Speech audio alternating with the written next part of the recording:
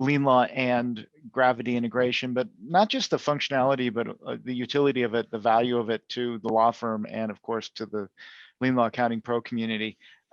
So, you know, I'll do a few quick updates and announcements on what's happening with LeanLaw, and then I'm going to not do product updates today. What I'm intending to do is send over some videos specific to the 3 core features that I have listed here. I wanted to save the time for Dan and Emery to talk and not spend it doing product demos, but those are the big 3. So that's our agenda for today. I want to start by just letting everyone know that we're in the midst of a 5-part series with Lauren Fogelman. So we're doing some webinars there. I'm gonna put forth a link in a minute for this webinar series in the chat. This is a really productive conversation Lauren and I have been having, and we'll do it over the course of the year. Lauren is a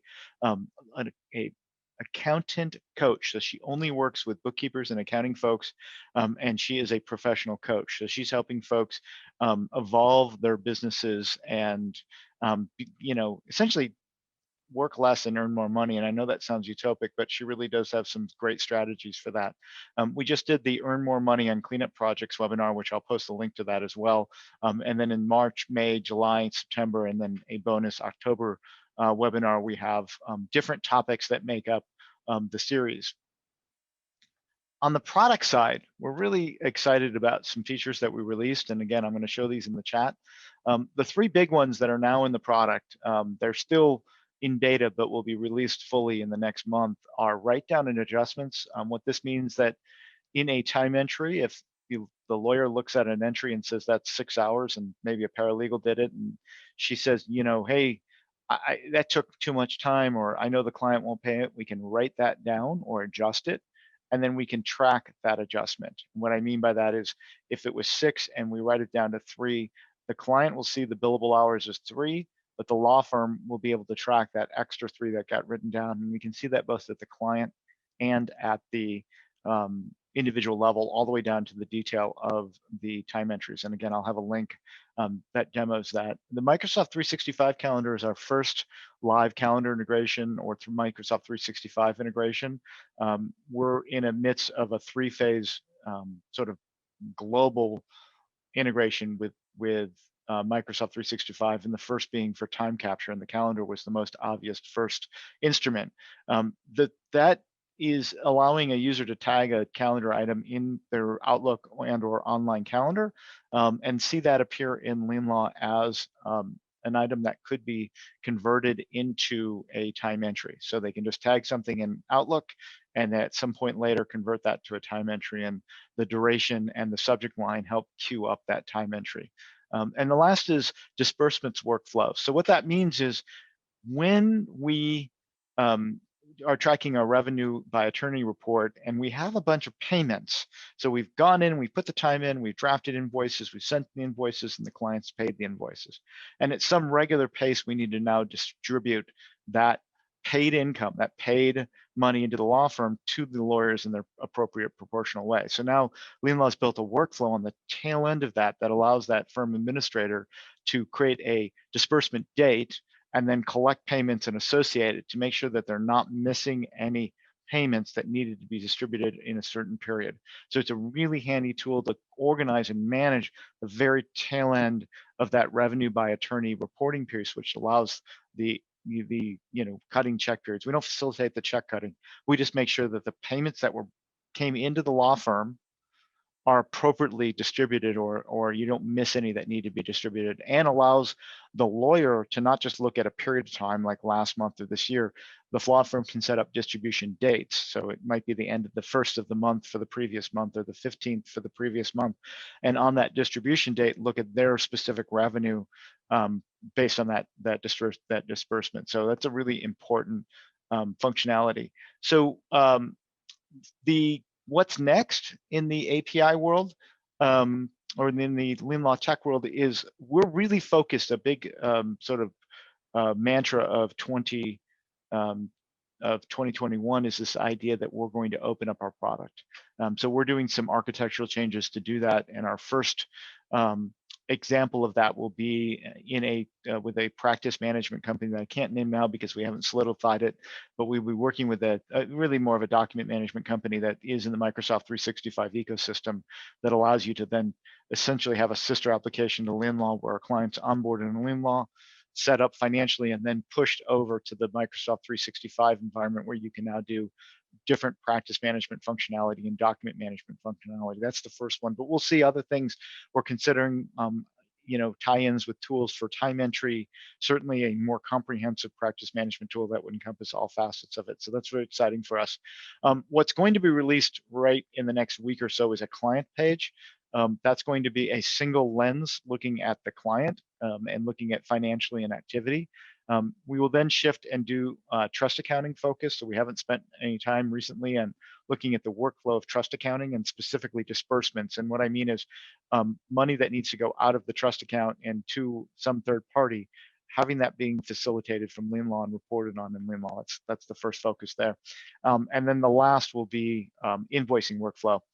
That's on the horizon as well. The idea of looking at the draft to approve state and getting better communication between the attorneys and the billing administrators on oversight with that. So that's kind of what's happening and what's ahead of us in terms of updates. And then our speakers, I'm gonna queue up this list. So my good friends, Dan and Emery, we met a year ago this time. It really was a year. We sat down at the in person. Yeah, in person. Yeah, this was all pre-COVID. Although I remember walking through the Seattle airport, coming back from that tech show. It's the legal tech show in Chicago in February, which is just a terrible time to be in downtown Chicago, although it was fun. And seeing some people with masks in Seattle going, "Ooh, COVID," didn't really understand it. But anyways, they are both the two folks leading the efforts as Gravity Payments introduced Gravity Legal Payments. So I'll let them speak to the company and what they do, but why we we're so excited to partner with them is that when you look at the sort of ecosystem of legal payments tools, the LawPays of the world, we were really excited about the partnership that we could create with Gravity. Not just the utility that they offered, but the relationship we could create with them to integrate technically such that our end users, both the accounting professionals and the law firms, would have a very fluid and fully integrated workflow from the request all the way through the payment, and that you weren't working in an outside tool all the time to do something and having to manually reconcile it. And so their engineering team has worked directly with our engineering team to build this integration. So today's conversation is really twofold. Dan's going to talk a little bit about the sort of value and the value and sort of role it plays in a law firm, and then I think Emery's going to focus on the utility of the demonstration. So with that, I'm going to turn it over to Dan. Thanks, Jonathan. Okay. Yep, that's the plan. I'm gonna share my screen. Here we go. And present. Cool. So yeah, it's really a pleasure to be with you folks today. And as Jonathan, I think, hinted, I want to make sure you folks are seeing my my screen, right? Our mission. Yep. Sweet. Yep. Okay. So our mission is to break down, again, as Jonathan sort of suggested, break down financial barriers for entrepreneurial law firms and entrepreneurial law practices. And why are we focused on these financial barriers? Well, we really believe that, and it's almost a cliche, lawyers didn't go to law school to learn how to run a business. And unfortunately, that's not something that law school teaches them. And yet many of them are so motivated and animated by their missions to either help a specific group or help the folks that they grew up around or some marginalized community that's not really getting served in a meaningful way by the legal sector. But they can't do that if they don't run a sound and strong financial business. And so our goal is to help empower them to be able to run that business so that they can help the people that they want to help. And we can't think of a better group of folks to engage and to enlist in helping us do that than you. You folks see the insides of law firms every day. You see how their finances run. You see the challenges that they face. You understand the eccentricities of law firm finance and economics. And you understand kind of how these crazy institutions run. And we think that that there's a lot that we can learn, and hopefully a lot that we can do collectively between us, LeanLaw, and you to help break these financial barriers down, help firms run more efficiently and more effectively, and help serve more people. So today I want to talk about sort of how we can improve the way that money flows through a law firm. And I'm going to focus on automation a little bit, but also just talk a little bit more high level about how enabling firms to use electronic payments can accomplish these goals of making firms more efficient and finding, frankly, more value in the process of kind of moving money through the firm to enable you folks to really provide strategic and valuable guidance to the firms that you work with. You already sort of heard about me and Emery. I won't dig in too much, but I did want to just mention two quick things. And Jonathan, you hinted at this, but I wanted to just drill down quickly. One is, as Jonathan mentioned, we are a part of a larger company called Gravity Payments, which is fairly well known for something that we won't really talk about at all today. Our CEO's kind of vociferous and I think very active efforts to pay all of his employees, a living wage. And for that, our CEO, Dan Price, has been featured in the New York Times, USA Today. If this matters to you, he's been on the Kelly Clarkson show multiple times. I think he refers to Kelly as Kelly. He's a big deal, but that may be a relevant data point for some of you. Yeah, go ahead, Jonathan. I was just like, why that show versus, Maury Povich or. All I'm saying is I got a Slack message from Emery one day that says, "Oh, Dan's not available to meet with us. He's talking to Kelly," and I was like, "Yeah, Kelly," and he said Kelly Clarkson. So he's on a first name basis with Kelly Clarkson. Which I think is kind of a big deal. But yeah, he's been on the Today Show, USA Today. He's got some great stories actually about that. And it does take a lot of courage what he did. I mean, I don't want to make this webinar about him, but it does take a lot of courage to stand up and say, what he believes in a living wage and build that culture into the company. It speaks a lot to the values that he instituted within the organization and the type of people that he attracts to it. So kudos for him. Yeah, it's a fascinating experience to be part of this company. Emery's been doing this much longer than I have, but I'm relatively new, and even in the world of COVID, which is when I started here, it's been the culture is very strong and it really permeates everything we do. So that's been really cool. The other thing I was just going to quickly mention is while Gravity Payments has generally been focused on small businesses across the board, we have, over the course of our existence, almost 20 years now, helped hundreds of lawyers accept payments in a manner compliant with the rules of professional conduct. And so while Gravity Legal is somewhat new, maybe to the legal sector as a brand, Gravity Payments has a ton of experience in this space. And we're bringing that obviously to bear in what we're doing here. So I wanted to just quickly kind of hit on three different topics, kind of why we're even talking about this or why this even matters, how automation can help us in this effort to break down these barriers, and then talk a little bit about cost, because that's often an objection that firms raise to this particular challenge or to this particular opportunity. And then I'll turn the time over to Emery for a demo. So why should we even be talking about this? Well, I think there are really two key reasons. One is you folks really are acutely aware. Businesses like law firms need money to survive, grow, and thrive. And so understanding kind of how that money comes in a firm, how it moves through a firm, how it enables a firm to accomplish its mission is really important. But if we go one level down and kind of one more level of specificity in, as just one example of the way that firms need help with their finance and economics is looking at accounts receivable. Firms do all this work, they bill the work, they often invoice the work, and then for just an average, say, family law firm, they often only collect 80% of what goes out the door. And if you as a strategic partner can implement something like electronic payments, which we know and the data suggests over and over helps improve collections. If you can move that 80% to 85% or even 90%, that's 5 or 10% of additional profit margin that's like found money for this firm, and can be a really, again, powerful way to help knock down those barriers and help the firm grow and scale. I think another aspect, which is maybe less sexy but no less important, is the compliance aspect of this. The reason that you folks have a job, or at least one major reason that you folks have a job, one of the reasons that we exist, is because there are specific rules around how firms have to handle money, particularly trust account funds. And helping ensure that firms stay on the right side of the law, the right side of their obligations as it relates to this money, is really important, and obviously affects their ability to avoid disciplinary complaints and even disbarment.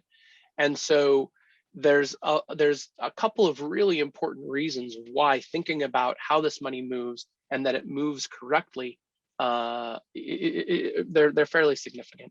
Hey, I want to make one little point, which go ahead, just to Jonathan. compliment you, is the other opportunity is to overcome sort of the bias about using electronic payments. And so, Dan spoke to it from the concept of, or from the perspective of, hey, we can overcome AR, and they may or may not perceive there's an AR problem, but what commonly is an objection is the idea that it costs money to receive an electronic payment. And really the truth is, going back to the AR conversation, is that you have the ability to actually demonstrate that if they take the money up front, it's in their pocket, it's cash flow, it mitigates AR. So you might have an 8% loss on AR overall in the aggregate.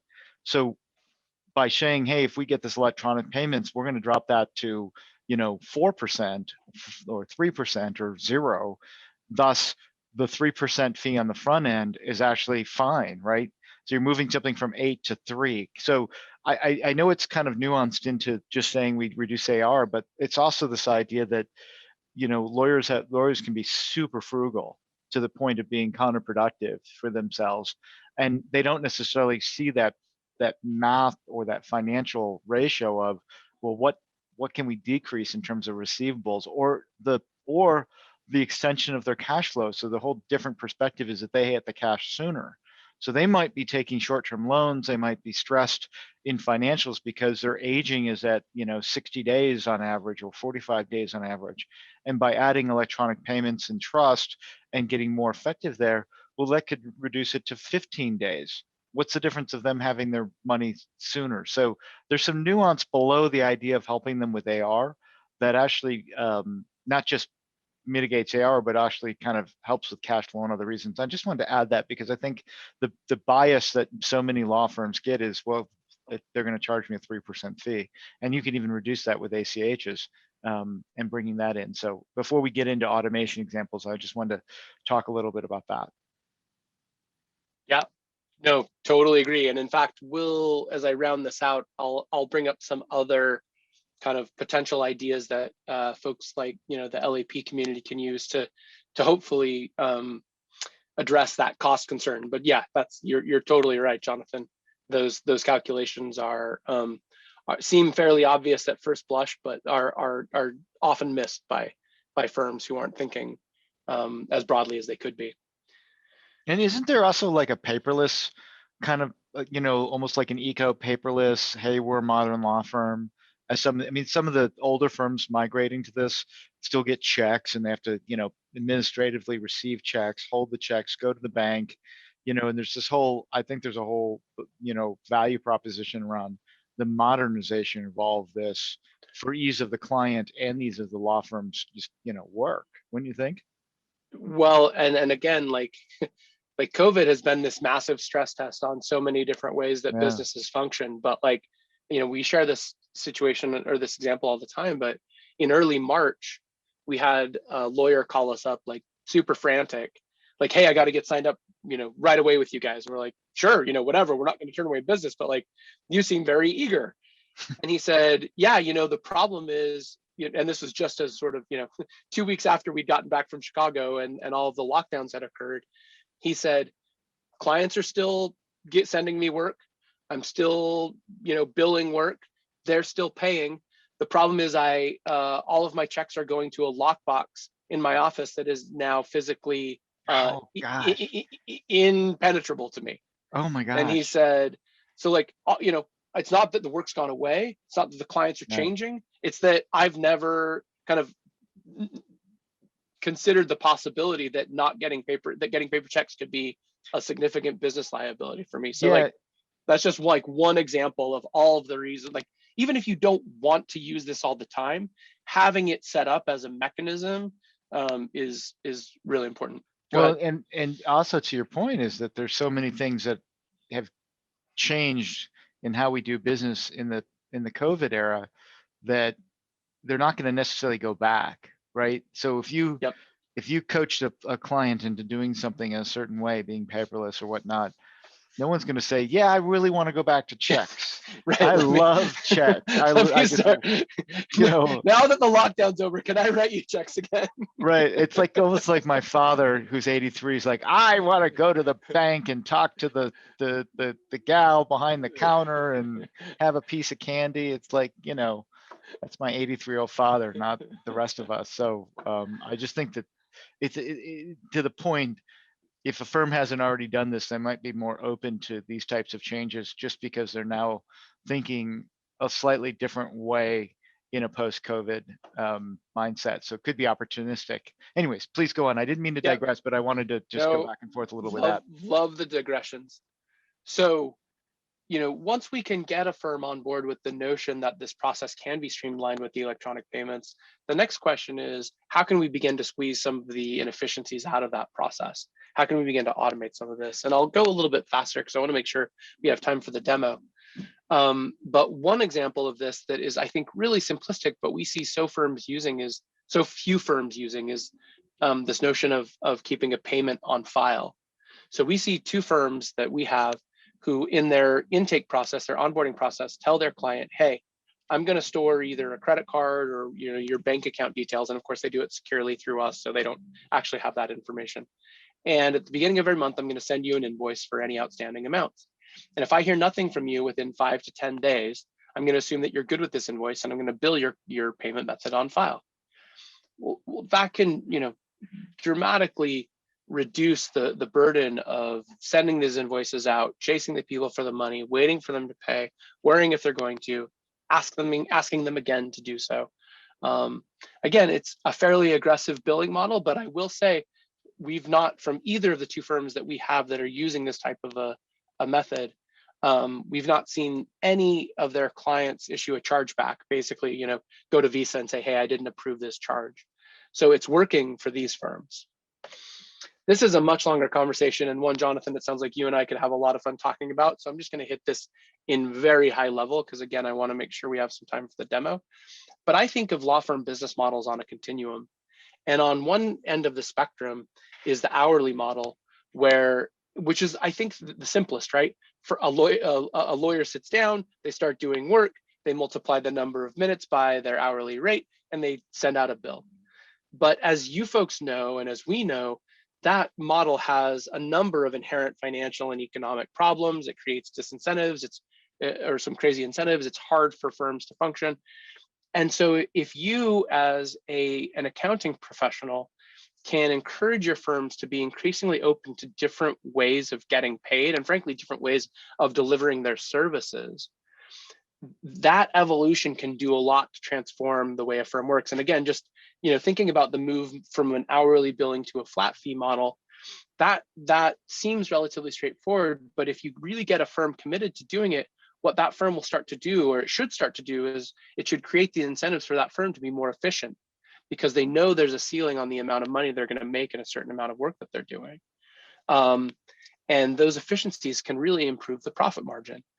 Taking it the next step and going from flat fee to installments. Well, instead of asking someone for $5,000 up front, can we ask them for $5,000 over, 5 different months, or excuse me, for $1,000 over 5 months?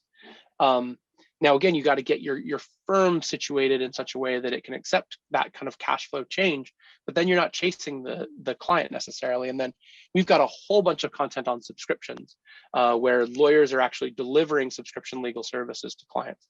I don't want to go into that. We've got a 40-page white paper, but thinking about how you can counsel your firms to change the way that they deliver services.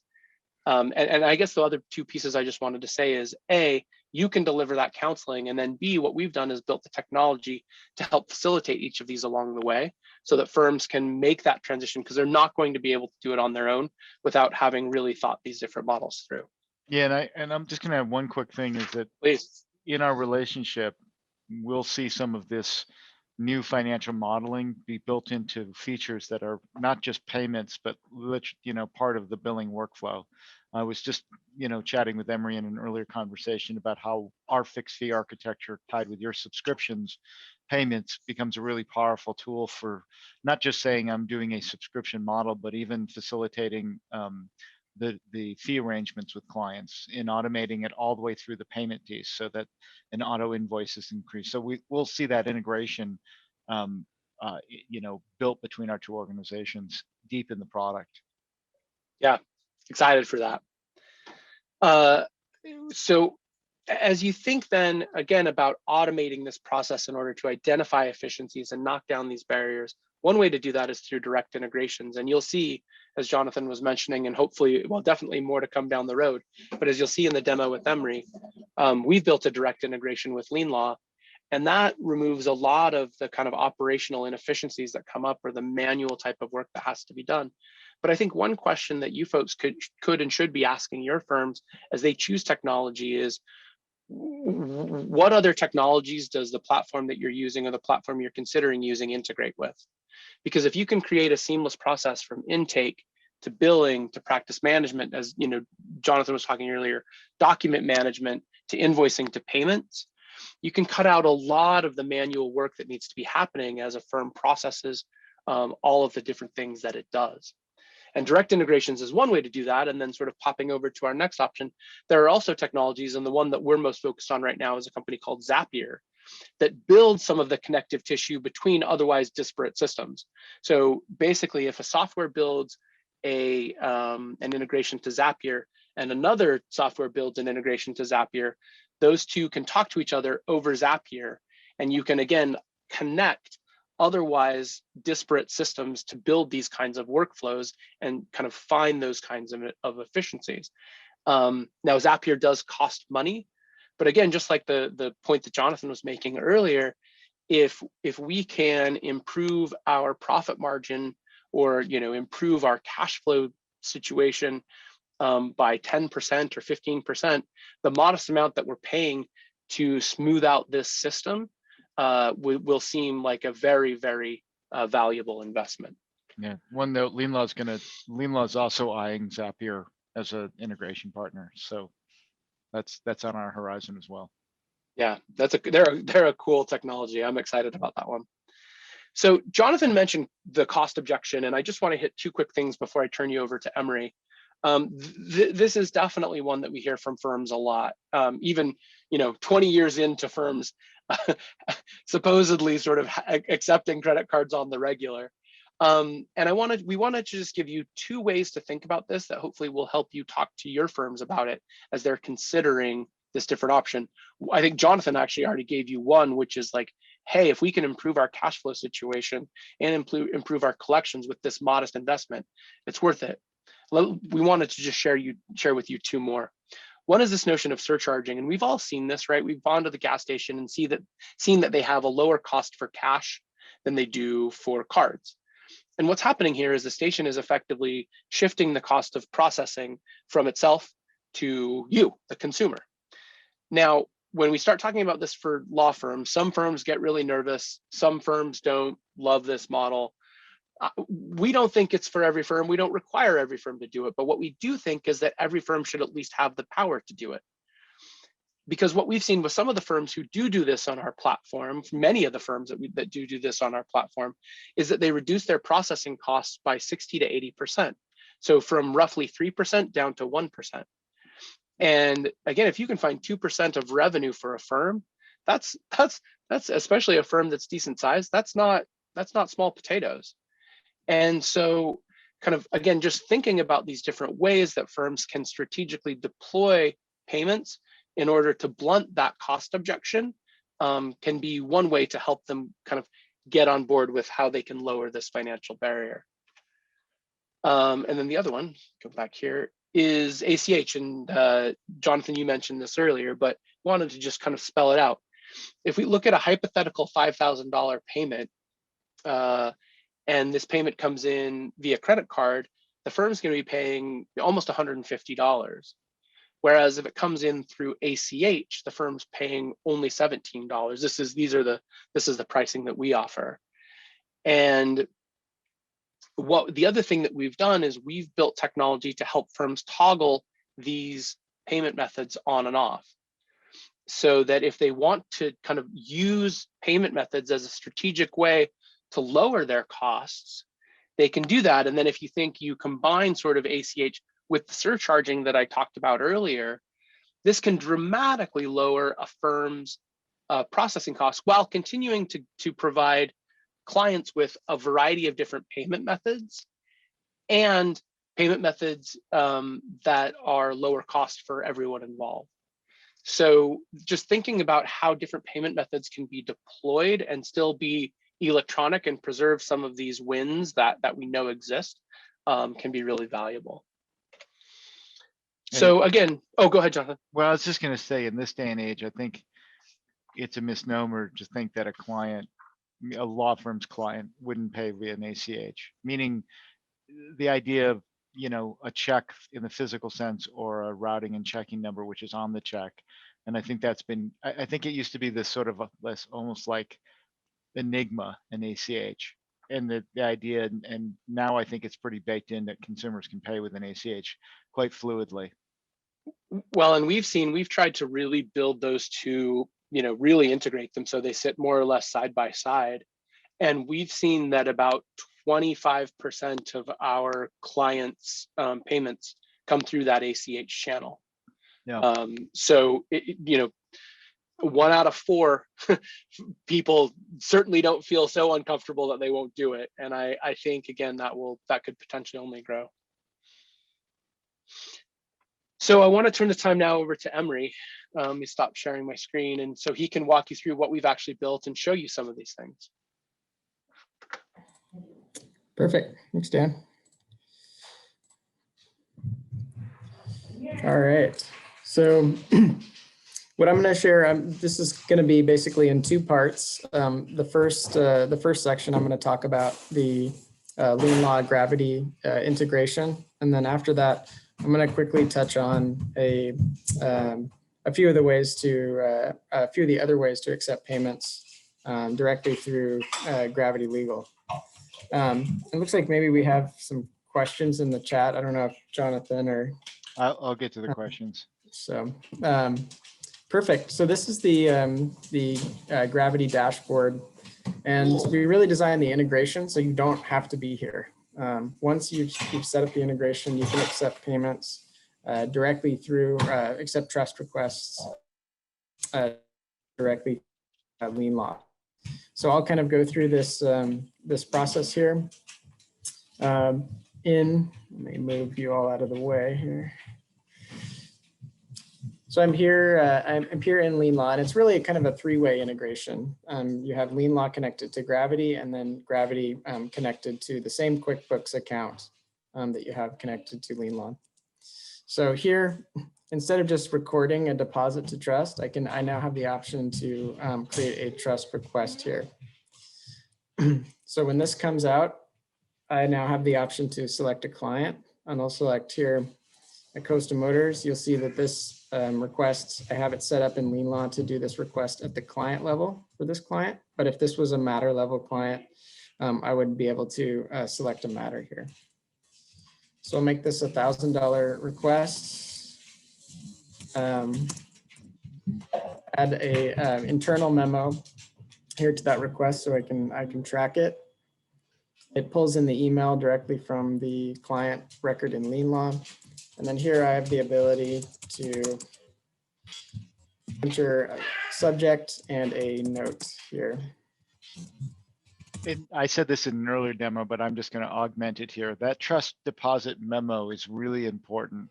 And you're going to see that LeanLaw is going to pass that over to QuickBooks. And there's two reasons to be really as explicit in that deposit memo as possible, meaning explicit saying, you know, maybe who you're requesting or what it pertains to or why. And the reason being is that forensically, from a compliance standpoint, you want that transaction to be able to stand on its own 2 feet and be seen and know that it was associated with the specific client and for what it's used. But also, if you present a ledger to your client later about your trust activity, that trust memo is going to be represented on that ledger so they can see this nice linear story of how that money came into the firm and then how it was dispersed. So I think it's just super important to be as detailed as possible on that deposit memo. Sorry to interrupt you, Emery. I just wanted to hit that point. Great, great. So really, from here, I'm going to request funds, and this is going to send out an email to the client with a link to pay that electronically. So I'll come over here to my my email, and I was going to set up a logo, but I forgot to. If you have a logo uploaded to Gravity, this would show here, and you can see that our subject and body of the email came through here. I think this is important, though. What Emery's saying is that you can help the law firm brand this so that it's very clear that it's coming from the law firm. Emery's just happening to use his identity, Gravity, but it would say the Jane Doe law firm, and it would be their logo and branded in a way that it feels familiar and expected to the law firm's client. Sometimes there's concerns that the identity would be misplaced. Yep, I've named in this case my firm the Gravity LeanLaw Firm here. So that's that would show up. Your firm name would show up in place of that. Hey, Emery, just one quick question. I was actually thinking about this earlier. There wouldn't be any difference for a Canadian firm doing this process than there would be for a firm in the States. I know that ACH would not be available, but other than that, the process should be basically the same, correct? It's the same process. Yeah, and are the fees the same? The only thing that changes is American Express is a little bit more expensive in Canada, just due to some regulatory jockeying. But Canadian Express, on the other hand, very affordable. Sorry, that's a joke. My bad. And and one quick question. So ACH is not available in Canada? Correct. Yeah, ACH is a U.S. bank to U.S. bank platform. And you can't do Canadian bank to Canadian bank? They have a system called EFT that we're actually looking at building into the platform, but it's not available right now. Okay, so future opportunities to Canadian to Canadian, but we can't do American to Canadian because you can't do that. That's probably gets tricky. Yep. Yeah, it's ACH is managed by the Fed. Yeah, it doesn't work. So the primary what we see is wire transfers between for international clients. But I would say if we have a Canadian firm out there that is interested in having that conversation, I'll put our emails up later, and Jonathan can get you in touch with us as well. But we'll always have that conversation and see if there's ways we can make that happen. Yeah. So when I click on the link, I have a few things enabled. I have both credit, debit card, and ACH enabled. And you can see, as Dan mentioned, we also have this surcharging feature enabled here. So it's not mandatory, but for firms that are in states where that's allowed, and we do have a list on our site. We can follow up with those materials as well. But the vast majority of states do allow this. And so this is important. I'm just going to hit this. In the engagement contract between the law firm and the client, in the states that allow this, they could say, hey, we're happy for you to pay with a credit card, but we're going to pass the surcharges on to you. And Gravity has made this super easy to be able to just have it be a checkbox feature to then have that be implemented in the system. One quick question, can they have it a 3% for debit, but no charge for ACH to sort of incentivize people to go to ACH? So Or is it just holistic? the card brand regulations don't allow surcharging on debit cards. So you may see the coffee shop down the street, doing it, but per the regulations, it's actually not allowed. So what we do is you can actually turn debit off as a payment method if you really want to prevent that. We don't see a ton of debit cards come through. It definitely depends on the area of law. Is it more of a consumer facing or more of a business facing law firm? We see some differences there. It'd be cool if you could show the fees in real time. I know I'm digressing, but for the client, it'd be cool if you could say, okay, 3% was $147, but if you do an ACH, it's $14. You choose, to give them that option to visualize what the cost is in the moment. But anyways, please keep going. Sorry, I'm. So if I type in, I'll start with a credit card here. So if I enter my demo card number, it's going to pick up that is a credit card number, and it's going to charge an extra $30. So you can see how when these charges come through, this racks up savings fairly quickly. Now, if I don't want to pay that as a client, I can come back here and enter a debit card, or I can come over here to ACH and pay by ACH, which is what I'll do here. So I'll copy this routing number here, enter my demo account number, and then I can also keep this this bank account in this case, or if it was a card, I can keep the card on file for future payments. And I'll talk about that in a second. But let's store. Yeah, and before you click complete payment, you can actually also the client can put their email address in for receipt there. Yes. So you didn't jump into that, which means they'll get an electronic receipt of the money they gave as a part of their automation. Yeah. And also the whatever email addresses the firm has set up in Gravity Legal, they will also get a notification letting them know a payment came in there. So I'll process that that payment, and we'll do a quick stop at Gravity just so we can see the payment, but there really isn't a need to do that. Here's the payment that was made that we just made here on the client. You can see that came in from LeanLaw there. So next, I'm going to go to QuickBooks here. So here's LeanLaw through the LeanLaw QuickBooks integration and through the LeanLaw setup team. This link between the chart of accounts and LeanLaw has already been created, and here's my funds held in trust, and here's my client where we just made that payment. And you can see that our current balance is 21,000. When I refresh this, I should see 22,000 in that account. So chart of accounts. And here's our new balance. So that comes in right there. And what if that sub account wasn't there, Emery? Meaning you're adding money to an existing LeanLaw account that the sub account was automatically created by LeanLaw. What happens if it's a new client? If it's a new client not associated with LeanLaw? No, it's LeanLaw. You onboarded the client to LeanLaw. You did a trust request, and then you guys fulfilled the trust request. What happens in terms of the liability ledger? But it was made. The trust request was made through LeanLaw. Yeah.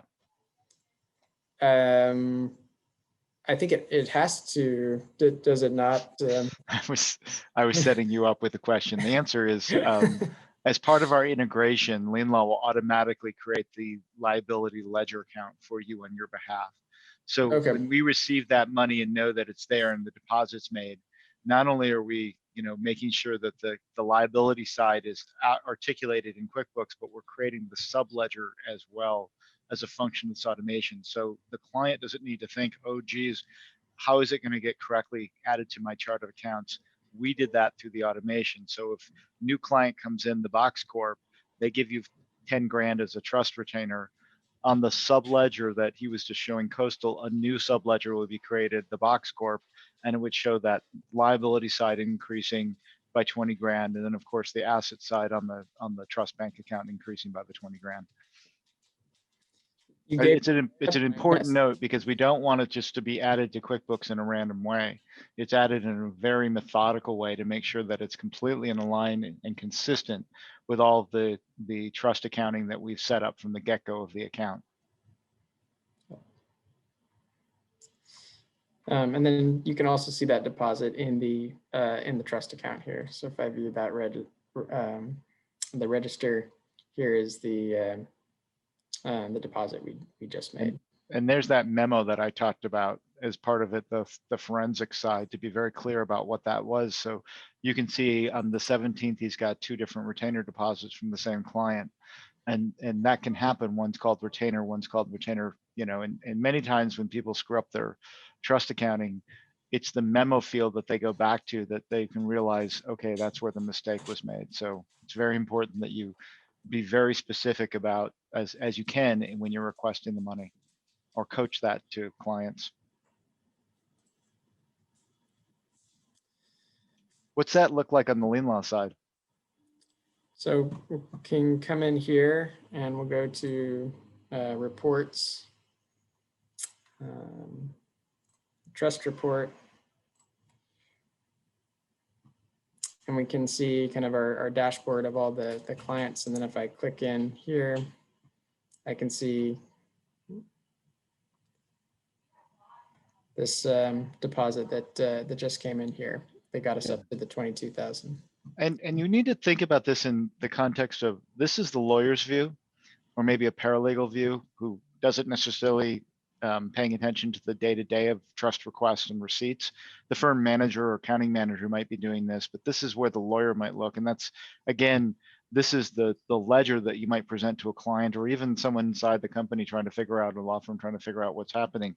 That's where that memo being really clear helps tell that story back to whatever the stakeholder is.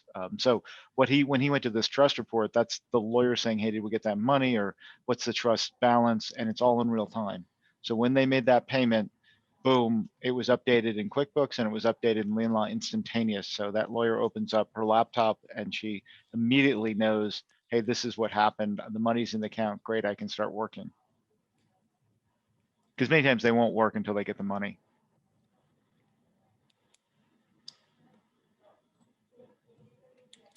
Perfect. So that's really that's kind of the life cycle of a trust request through the Gravity Legal LeanLaw integration. And I'll just briefly, because we want to have some time for questions and comments, but talk about the other ways at a high level to accept payments directly through Gravity. So the next way is this concept of what we call a standing link. It's basically like a payment page that you can embed on a firm's website or link to on a firm's website to as kind of a catch-all to to direct clients to who want to make a payment right now. So I can create these links as a variable amount so that the client has the opportunity to to type in the amount that they want to pay and what they are paying for. And we can help, we have a code that can drop this on it. Can make the links of a specific amount. So it's not tied to a particular client, but you can use these links to add to your onboarding workflow or scheduling, initial consult scheduling workflows so that the client, can pay, or the prospective client can pay right there. And you can create URL redirects if you want payments to be to live in, Dan was talking about automation, but if you want them to, be part of a workflow, you can build that. Next is this concept of a stored payment method, which we've touched on a few times. So can we pause just for a second? So that's an area that I'm thinking of a client in Denver that we have, that she collects, I think it's only like $150 or maybe it's $50, but every time she does a consult with a client, it's an automatic payment. and they don't necessarily want to produce an invoice, and there's some clumsiness to trying to get the money from the client. And this is a great way that you can help a workflow in a law firm, in the sense that they know they charge this initial consult. So as they send out their engagement contract, we're going to engage, or I'm going to have this meeting, that link can be embedded right into a digital document where they click it and they get paid. And then once it's paid, they schedule the meeting, that kind of thing. So there's a whole workflow that can be not automated, but enhanced with this payment link. Or it can be just, hey, you can direct folks to the web page and they can just make payments until you just get money. So there's lots of different applications of this one, what they call standing link there. Yep. Yeah, and here's this forwarding URL option, so you can, if you wanted them to say schedule that initial consult, they can pay. That's cool. Forward them to the confirmation page. So that's the idea that, okay, now they've paid, after they've paid, they would then forward to now a calendary kind of page in the law firm that they automate that first meeting. That's awesome. Yep. That's cool. So stored payment methods, you can see that one of the ways you can store them by picking up the phone and typing in their information, or this one we stored actually on a LeanLaw trust request, that trust request that we just sent. So I now have the ability to, I can't see the bank account information, and this is the same for the credit card. I can only see the last 4 digits, but now I can recharge this bank account and add those funds directly into either of in this case, I have 2 deposit accounts set up. So is that automated? So if I store did I have to check the box, store my information for that to be there? Yes, you did have to check the box. Okay. So once that's done, if a client's not paying, you can say, hey, I've got, I can just pull that from your ACH. They can make a phone call or send an email or set the terms. I think Dan said this, if I don't get payment within 5 days, I'm just going to draw it from your account, kind of thing. Yep. Yeah. And the last way is through this feature of a subscription, which is it can be used as a kind of an ongoing payment for subscription legal services, or as a method for payment plans. So you can set it up to to bill on a regular basis, and then stop after a certain dollar amount is reached, a number of payments, a date, or it can just be kind of ongoing until canceled. And if you already have a payment method on file in the stored payment methods, you can use that to initiate these subscriptions or payment plans. But each one also comes with a link. So if you want to capture the details and initiate the subscription automatically, you can do that using this subscription link here. So kind of avoids the situation where 2 parties need to connect over the phone to initiate this, since we know that's challenging. So everything in Gravity is link based, so it can all be done online. Yeah, and that subscription is important because we're seeing new firms develop subscriptive law services. So this can enable that type of payment, $2,500 a month every month, or it can also be integrated in a fee arrangement that we talked about earlier. You might come in and say, hey, I'm going to pay $5,000 a month for 5 months for a $25,000 fee to a specific client, and that can also kind of automate every month the drawing of that money. Right? Do I have that right, Emery? Yep. Yeah. Yep. Cool. This as we're wrapping up, help folks understand, like, how do they get set up on this, and is there any cost? Like, what's that process to get set up, and what's the cost to the law firm, that kind of thing?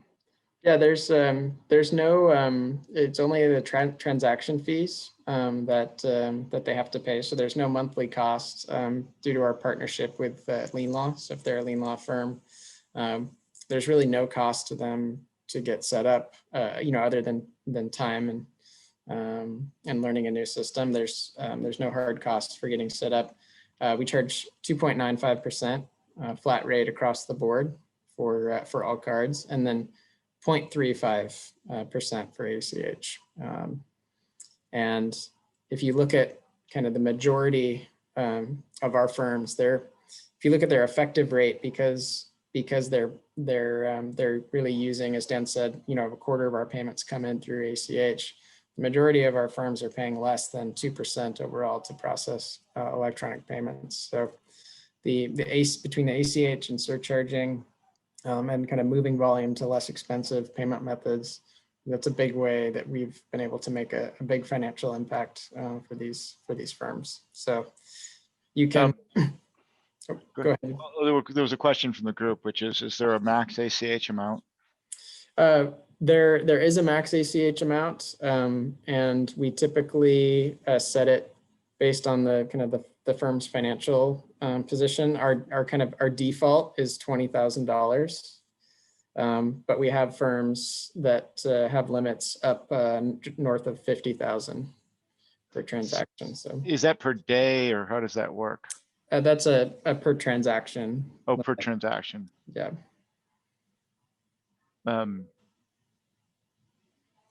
Any other questions? So I'm sorry, I've got some notification in my computer that's just throwing me.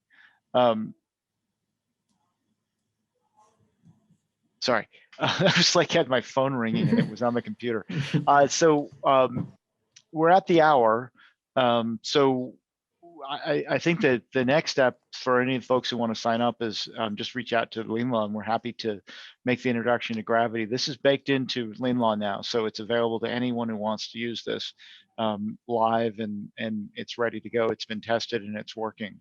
And Dan and Emery, I really not only appreciate today's work, but I certainly appreciate the collaboration and the partnership and the time we had today. And I thank you so much for giving us this presentation and this information. And what's going to happen is over the course of this next year, we're just going to see deeper and deeper integration, because we really like the payment being more deeply integrated into LeanLaw. So this is just the beginnings of this. And I will say to everyone, there's going to be a lot of little features that you're going to ask as you start to use this, and both Gravity and LeanLaw are interested in developing those features and fine-tuning it. We didn't come to market with this thinking we had a perfect product. We came to market thinking we had the baseline of a product that we knew could work and could work efficiently, but wasn't necessarily 100% optimized for all the little pieces that might be of value. So so we're open to hearing the suggestions. There was a follow-up question that happened, which is the fees is similar to PayPal or someone else. Is there a top line fee on ACH, meaning up to $10, or is it just that whatever 0.35% in up to just times the number?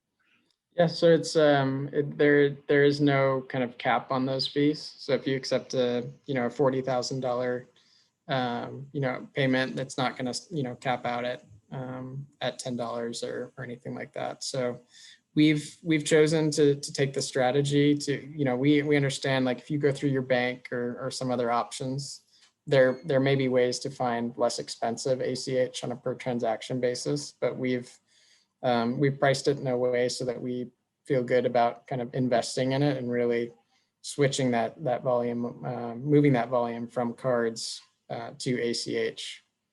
And I also would say and augment that, if someone has some price objections, is that there's lots of different tools to receive electronic payments. It's sort of a commoditized industry to a certain degree, and even to the Venmos of the world, really making it easy. But there's a workflow here, and that workflow has value in being upmarket to equal the sort of brand of the law firm, upmarket in terms of its reporting and having the tools you need to make sure that you're being notified and exactly what's going on. And then most importantly, upmarket in the sense that there's a back end of the trust compliance and making sure that the money's deposited in the correct way. So when someone gets into this conversation about, is it 3% versus, a cap fee, and you get a little tension on that conversation, you have to really look at the big picture of what the feature is. It's not just the transaction, it's the transaction plus.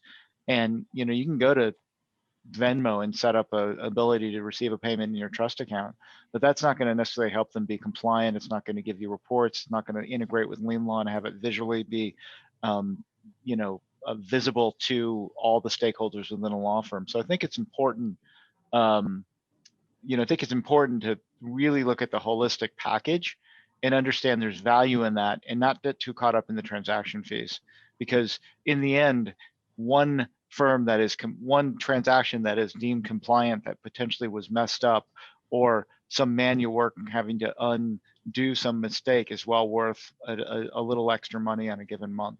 I think there's one more. Yeah, so Dan sent out his emails to the group. If anyone else needs some information, they've done that. So again, we're a little over. Sorry about that. It's my long-windedness. Dan and Emery, I really am appreciative of your time, and thank you guys all for participating today. And we look forward to future collaboration. So I wish everyone a good week. Thank you for attending, and I'm going to end the session. Thanks, Jonathan. Thanks, Jonathan. Be well, everyone.